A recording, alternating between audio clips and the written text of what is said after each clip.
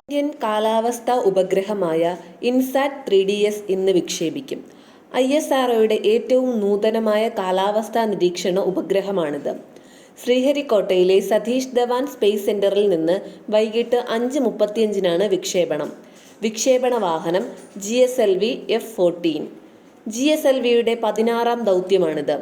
ദുരന്ത മുന്നറിയിപ്പ് നൽകാനും കാലാവസ്ഥാ പ്രവചനം മെച്ചപ്പെടുത്താനുമാണ് ഉപഗ്രഹം രൂപകൽപ്പന ചെയ്തിരിക്കുന്നത്. ഇൻസാറ്റ് 3DS നൽകുന്ന വിവരങ്ങൾ കാട്ടുതീ തിരിച്ചറിയാനും മേഘചലനങ്ങളും സമുദ്രത്തിലെ മാറ്റങ്ങൾ മനസ്സിലാക്കാനും ഉപയോഗിക്കാം. കാലാവസ്ഥ, വാർത്താവിനിമയ പ്രക്ഷേപണ ആവശ്യങ്ങൾക്കായി ഇന്ത്യ വികസിപ്പിച്ച ഇന്ത്യൻ നാഷണൽ സാറ്റലൈറ്റ് സീരീസിലെ ഏറ്റവും പുതിയ ഉപഗ്രഹമാണ് ഇൻസാറ്റ് 3DS.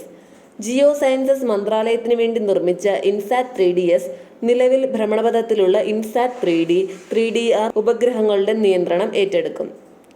പരമ്പരയിലെ ആദ്യത്തേത് 1982 വിക്ഷേപിച്ച ഇൻസാറ്റ് A ആയിരുന്നു. പക്ഷേ വിജയിച്ചില്ല. എന്നിരുന്നാലും ഇൻസാറ്റ് 1B 10 വർഷത്തോളം വിജയകരമായി ഉപയോഗിച്ചു. ഈ ശ്രേണിയിലെ ഏറ്റവും പുതിയ ഉപഗ്രഹമായ ഇൻസാറ്റ് 3DR 2016 സെപ്റ്റംബറിൽ വിക്ഷേപിച്ചു. കൂടുതൽ വാർത്തകൾ അറിയുവാനായി ഈ ചാനൽ സബ്സ്ക്രൈബ് ചെയ്ത് ഫോളോ ചെയ്യുക.